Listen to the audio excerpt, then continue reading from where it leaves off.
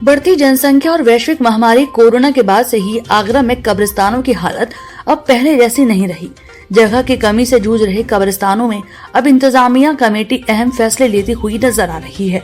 ताजनगरी आगरा के शाही पचकुइया कब्रिस्तान में भी अब जगह की कमी हो गई है। इसी को लेकर इंतजामिया कमेटी के द्वारा पक्की कब्रों के निर्माण पर रोक लगा दी गई है और जो पूर्व में बनी हुई पक्की कब्रें हैं उनके परिजनों को भी उन कब्रों को हटाने की हिदायत दी गई है। पचकुइया कब्रिस्तान की कमेटी के सचिव जहरुद्दीन बाबर सैफी ने बताया कि मुस्लिम समाज के द्वारा ये फैसला लिया गया है कि अब पक्की कब्रों का निर्माण नहीं होगा। पक्की कब्रों के निर्माण के साथ साथ कब्रों की एडवांस बुकिंग भी कब्रिस्तान में बंद कर दी गई है। यह सारी मुहिम इसलिए चलाई जा रही है क्योंकि पक्की कब्रों के निर्माण से अतिक्रमण हो रहा है और कब्रिस्तान में अब शव दफनाने की जगह ही नहीं बची।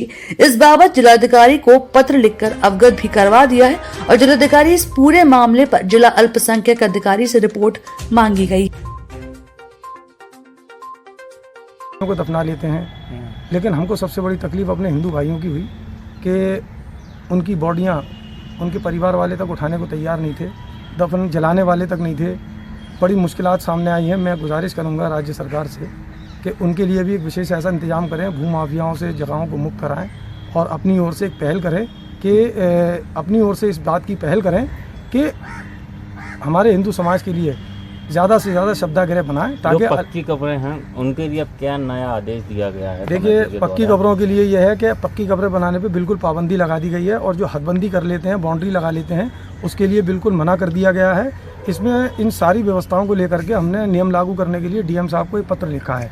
पहले से जो कब्रें बनी हुई हैं पक्की, उनका क्या है? देखिए, उनके परिवारों से बात की जाएगी कि आप उन पक्की कब्रों पर से बाउंड्रियाँ हटाएं और पत्थर हटाएं और उनको कच्चा रहने दें ताकि आने वाले वक्त में अल्लाह ना करे कभी कोई ऐसी बात आती है तो उसमें हमको मिट्टी दफनाने में कभी कोई दिक्कत परेशानी का सामना न करना पड़े। एक सवाल ये भी है, क्या शरीयत ऐसी इजाज़त देता है कि एक ही जगह पे बार बार लोगों को दफनाया जा सकता है? देखिए, ऐसा है कि हमारी शरीयत में हुक्म है 70 से 72, हमने जहाँ तक सुना है कि क़यामत के दिन 70 से 72 लोग इस एक एक कब्र में से उठाए जाएंगे। अब जब एक ही आदमी अवैध कब्जा कर लेगा, बाउंड्री लगा लेगा, पत्थर लगा लेगा, तो कहाँ से वो 70 लोग उसमें दफन होंगे और कहाँ से उठाए जाएंगे? सबसे बड़ा सवाल ये है। और वही लोग हमारे साथ में कभी कभी ऐसी बदतमीजियां भी कर देते हैं जिसकी हम जिला प्रशासन से सहयोग लेकर के उनके खिलाफ कानूनी कार्रवाई करते हैं। मतलब कह सकते हैं कि कमी कब्रिस्तान में जगह की कमी की वजह से ये बड़ा फैसला लिया गया। जी बिल्कुल, कोरोना काल को देखते हुए और ऐसी परिस्थितियों से निपटने के लिए हमने ये फैसला लिया है कि हम इसको जल्द से जल्द नियमों को लागू करें। इसमें हमें जो डीएम साहब को पत्र लिखा है वो जांच करा लें। अल्पसंख्यक कल्याण अधिकारी को उन्होंने जांच के लिए लिखा है। जैसे ही उनका कोई निर्देश आ जाता है तो हम नियम लागू करें। आपने एक मैसेज भी दिया था कि पक्की कब्रों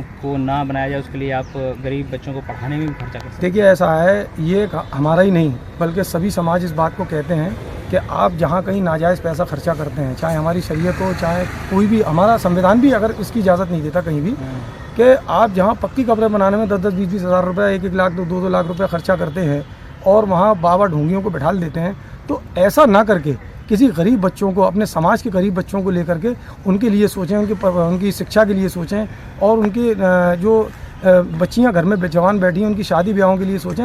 इन कब्रों में लगाने से क्या फ़ायदा पक्की कब्रों के अंदर पैसा लगा करके। आपके पत्र में एक एडवांस प्लॉट का भी जिक्र है कि एडवांस प्लॉट नहीं किए जो वही एडवांस प्लॉट है कि आप जो है, जैसे एक परिवार के आदमी ने कब्र अपनी दफन किया किसी इंसान को और वहीं उसने खाली जगह बराबर में देखी और उसके नाम पर बाउंड्री कर दी और उसमें गेहूं भर दिए जाते हैं। एक खामा खाई की परंपरा है कि उसमें गेहूं भर दिए, साहब मेरा कब्जा हो गया। तो इन चीज़ों से भी कब्रिस्तान को मुक्त किया जा रहा है। ठीक।